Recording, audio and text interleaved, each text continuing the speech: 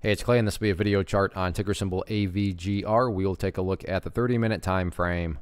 Real quick, what do I mean by 30-minute in case maybe you're new to charts? Instead of each one of these candlesticks here, as they're called, representing 1 day's worth of price action, which is what you would normally see, each one represents 30 minutes. So all this here may look like several days worth of time. It's actually today's price action broken down into 30-minute time slices.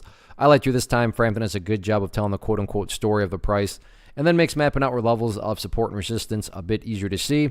I don't mean to state the obvious, but I will anyways. Quite the eventful day, not only from a price action perspective, but you look down here at the volume, and there are definitely some pretty big surges of volume that's, put the overall volume well above average compared to what the chart's normally used to seeing. So there's lots of eyeballs on this one, so let's map out some levels of support and resistance going forward. First level of support, I don't think it hit today, or maybe it did. Yeah, it did actually. Is right there at 29 cents.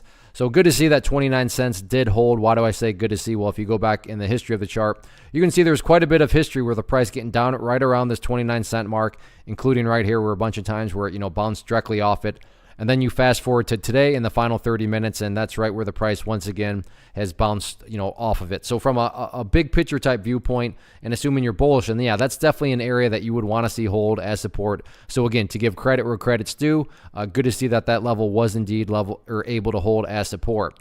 As far as if in the event that level does not hold and the price breaks below it, at that point, the next key overall level of support would be down there at the 27 cent mark. So from the support standpoint, again, ideal level that you would want to see hold right there at 29, but if that doesn't hold, then it would not be shocking at all to see the price drift down to that 27 mark, at minimum. On the flip side of things, where are levels of resistance at? In the very near term, pretty straightforward. It's all about that purple line right there, the 50 period at simple moving average. That was a level of support going into today, but as a foundational charting rule states, when levels of support are broken and closed below, they tend to act as resistance, and that's exactly what happened there.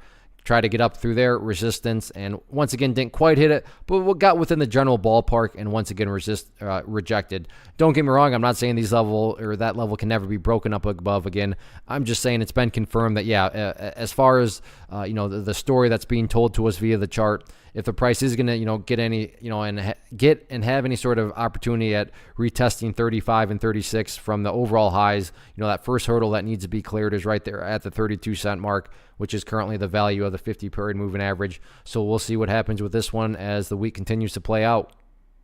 One of the biggest questions I get is, hey Clay, how do you find the stocks that you trade? So what I've done is put together a free resource guide where I talk about the tools that I use to locate stocks that I find interesting and think may have potential. So if that sounds like something that could add value to you as a trader, then click on the image that is up on the screen right now and I will email you the guide. The guide itself is very short and to the point, and best part, it's completely free. Thanks for watching the video. Let me know if you have any questions.